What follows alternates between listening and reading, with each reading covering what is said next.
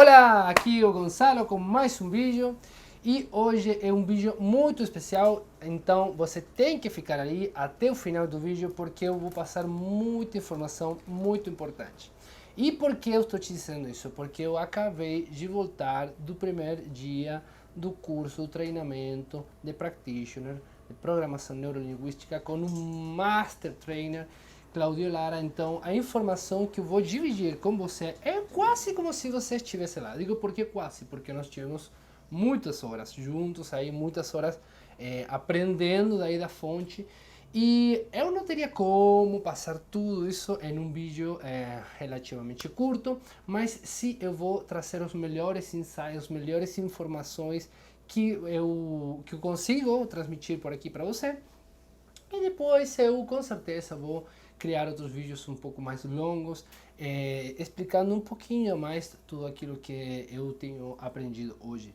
E é bem interessante porque são pequenas coisas que se você pega elas e leva para a cotidianidade de seu dia a dia, a mudança não tem como não acontecer, realmente. Quando não vai acontecer? Quando você não bota na prática. Quando você não faz isso, nada muda. Agora, quando você faz, as coisas mudam. Então, rapidamente para eu contar um pouquinho como é, para quienes não conhecem, programação neurolinguística é uma das tecnologias, eu acredito, das mais poderosas hoje que nós temos no mundo. Ela foi um dos co-criadores da programação linguística, é Richard Bandler, junto com John Grinder. Eu não vou contar muito, vou aprofundar muito na história disso aí.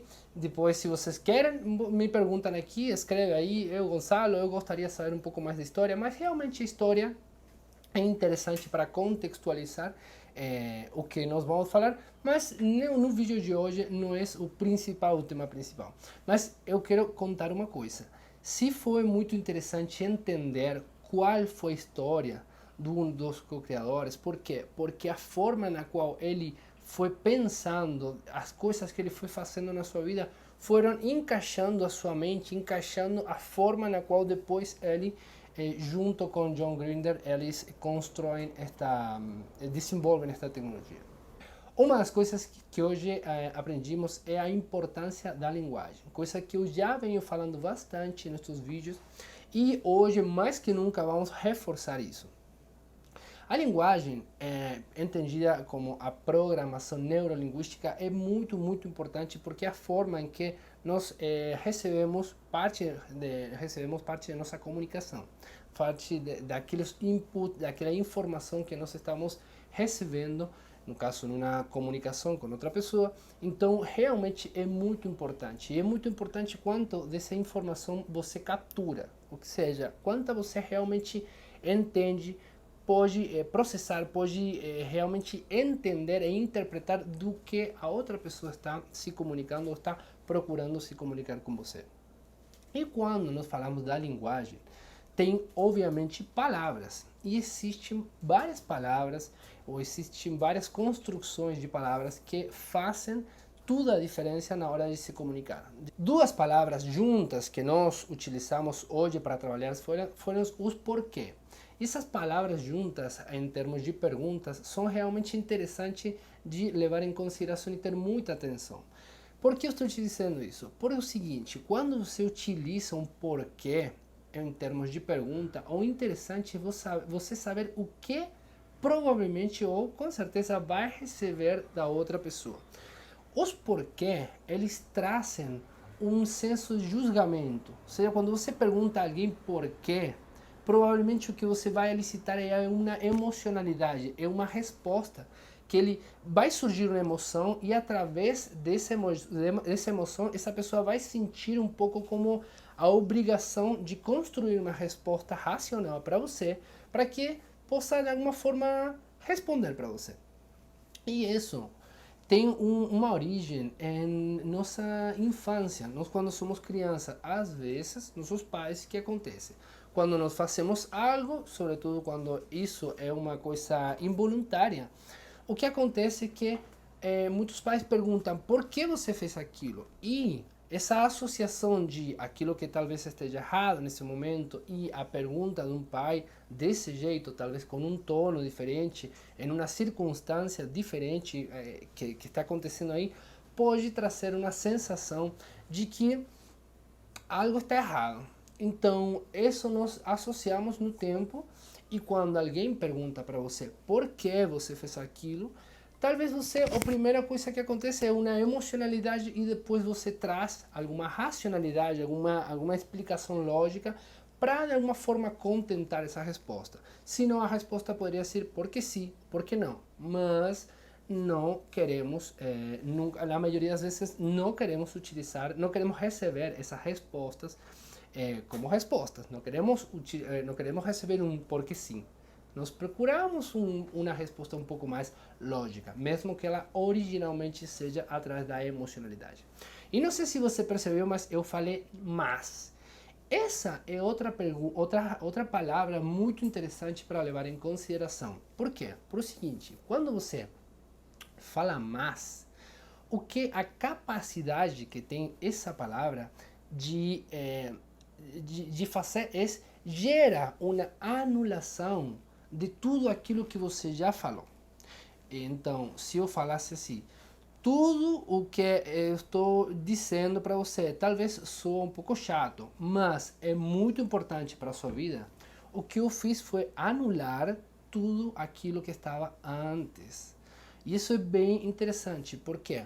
Por duas coisas. A principal é o seguinte, quando você está falando com alguém e você escuta essa pessoa e quando essa pessoa termina de falar, no melhor dos casos, que você espera que essa pessoa conclua, finalize o que ela tem para dizer, você fala, eu entendi, mas eu acredito que o que você fez nesse momento foi dizer para ela, que seja inconsciente para ela, ok, tudo que eu falei está errado, não faz sentido para ele e ele vai me dizer outra coisa. Quando você fala mais para essa pessoa, ela imediatamente vai começar vai se preparar, provavelmente para de ouvir o que você vai falar e vai se preparar para outra vez responder e outra vez impor a sua ideia.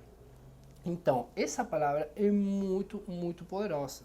Se ela é utilizada conscientemente, vai gerar efeitos muito interessantes para você. Se você usa ela o tempo todo sem levar em consideração o poder que ela tem, provavelmente tenha resultados diferentes daquilo que você deseja.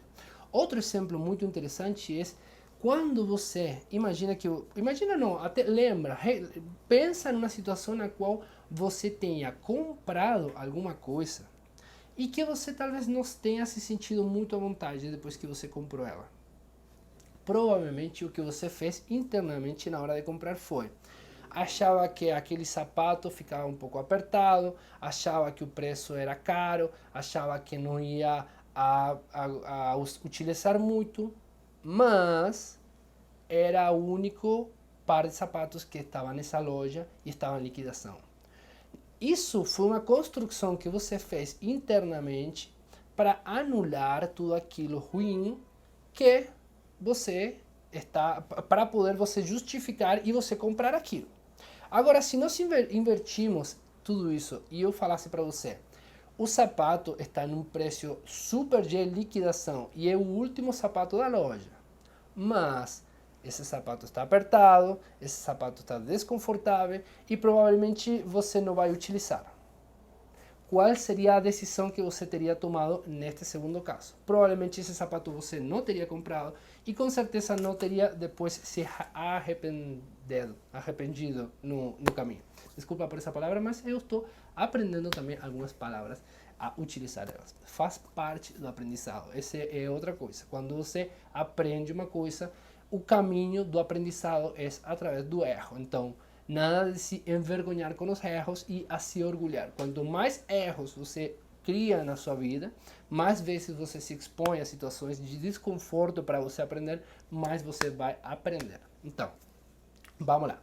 Outra palavra muito interessante é não. Essa palavra é uma palavra que tem uma particularidade. Nós na comunicação temos dois impactos. O primeiro impacto da comunicação é aquilo que você escuta e inconscientemente rapidamente vai a fazer como uma análise rápida. E você não está processando logicamente, sino aquilo que é essa informação que você vai escutar. Esse primeiro impacto tem uma característica muito interessante. Não reconhece o não. Porém, se eu falo, não pense em um elefante rosa agora, você provavelmente pensa no elefante rosa, porque o não, nesse primeiro impacto de comunicação, você não conseguiu filtrar ela. Mas você não conseguiu porque você tem falta de competência para isso? Não, porque todas as pessoas funcionam dessa forma porque nosso cérebro funciona dessa forma. Agora, se em um segundo impacto, ou seja, quando você consegue dar um significado ao todo da frase, da oração, daquela construção de palavra, aí você vai pensar, ah, mas ele me falou que não era para pensar, aí eu não vou pensar, mas você já pensou. Isso é muito importante para você se comunicar de forma efetiva, de forma assertiva. Por quê? Por o seguinte, se você está querendo, por exemplo, que sua filha, seu filho ou alguma pessoa faça algo diferente daquilo que você está fazendo ela, por exemplo, ela está se balançando muito rápido, muito forte, e você acha que ela tem possibilidade de cair. No caso que você acredita que cair não é bom para ela, você, em vez de dizer não balança tão forte, o que você pode fazer é dizer para, balança mais devagar. Aí vai entender o primeiro impacto da comunicação vai ser para. Aí a criança para, aí as pessoas paramos. Por quê? Porque é a informação que nós recebemos e aquela que vamos com certeza a responder imediatamente. E depois você dá o comando que você deseja. Isso é muito importante, porque na hora que você está falando, não faça aquilo, não era para fazer aquilo, não é para pensar assim, você está, de alguma forma ou outra, você está ordenando para que essa pessoa faça aquilo que você não está querendo. Então, essa palavra é muito importante para levar em consideração. Por hoje, vamos a finalizar nosso vídeo por aqui. Se você gostou e você achou que tem algo interessante, compartilha, se inscreve no canal, lembra, compartilha escrevendo aí, clica aí no joinha, compartilha e a gente se vê no vídeo de amanhã. Tchau, tchau!